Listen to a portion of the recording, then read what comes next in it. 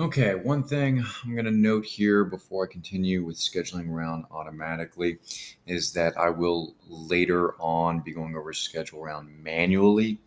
I know I went over the manual things to change previously, but for what I'm going to do here is just simply look at going through the automatic scheduling process, then going into ballot entry and printing off process, and then we'll move on to one more on scheduling around manually because sometimes that is necessary. So now that everything's been done, we're going to go ahead and go to schedule round automatically. With that in mind, we're looking at round one, division one, which is Lincoln Douglas. If you recall from the previous setup video, then we have division two, which is public forum. We want to make sure we always schedule division one first, and this is why we put LD first, and here's why. We listed Lincoln Douglas judges as being available for judging public forum. Well, if we schedule public forum first, it may use some of those judges that do Lincoln Douglas, in which case there may not be enough available judges to then do Division One. So always do Division One first. Just simply go in order, but make sure Lincoln Douglas is listed as your Division One. We're going to schedule one round using the scheduling format.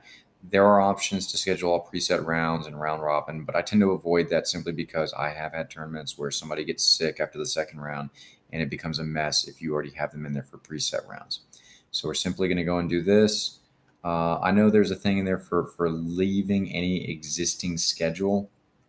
I tend to erase any existing schedule when we do this. So we're going to proceed with round scheduling. See, there it is. It says there's one already been set up. So we're going to erase and replace. It does say we'll get rid of results as well. So you do have to be careful that if you've entered any results, you can't really go ahead and schedule erasing it. So we'll proceed with the schedule.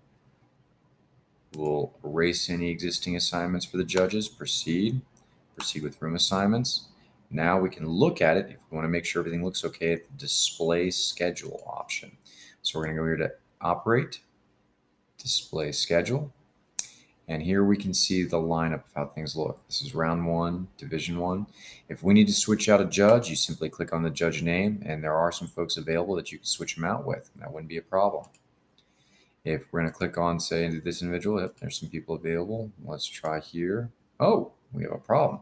There's nobody available here to switch them out with. So you would have to grab somebody that's already judging. But that simply means that we have to replace whatever pairing we have them set with. So doing the judge shuffle can be a bit of a problem, but it is possible to weed through it. Same thing with room numbers and specific individuals. We could reverse the sides. We could switch potential opponents, but we tend to not mess around with that. If things are really nasty, where for some reason we have to have school see school, well, as I indicated at the beginning of this video, that would be a manual round setup. So you may need to look at that specific video about setting up a manual round because that definitely becomes a little bit more complicated. Okay, now that we have Lincoln Douglas done, we notice here, oh, there is something already there for public forum. I had set that up from a previous attempt, but I'm going to go ahead and go through it and set it up again. So operate, schedule options, schedule on automatically.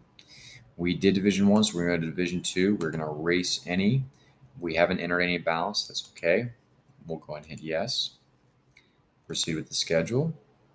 We'll erase any of those existing assignments for division two. Proceed with judge assignments. Proceed with room assignments. And now we should be able to see this one. So display schedule. We're going to go to round one for division two. Everything looks good. I should note that if a school gets a bye, as there seems to be an odd number in both divisions for this tournament, the program does automatically assign an average of speaker points for this round, and they get an automatic win. So at least for this individual, they will have one win on the record. Also, the program is very good about not having the same team get buys multiple times in a tournament. So this Charlottesville individual will not be getting another buy. It does tend to do a good job of kind of figuring this out on its own, and it will not have school seeing school. If you're going to do that, as I've already mentioned, you're going to have to manually set that up.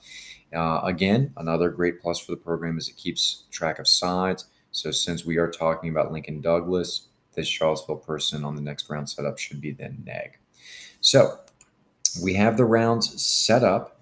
One of the things I'm going to go ahead and look at doing now is entering some ballots. Actually, nope, I'm going to hold off on that because what I do want to show you is I want to show you about printing off schedules and printing off ballot labels and then doing the entering of the ballots. Okay, so I'm going to go ahead and wrap this one up for now, but we've already scheduled our rounds. It's as easy as that. After we've entered ballots, it would be as simple as going to schedule round automatically and clicking on round 2. Again, starting with Division 1, then doing Division 2. After we do that, Division 3 or round 3, round 4. So in a preset tournament, just like this is, with no power pairings, with no elimination rounds, it's easy to go through it one at a time. But what I'm going to go and do now is just hit pause on this for now and move on to the next step, which is going to be that of printing off ballot labels as well as the schedule. And then we'll go ahead and throw in entering ballots as well.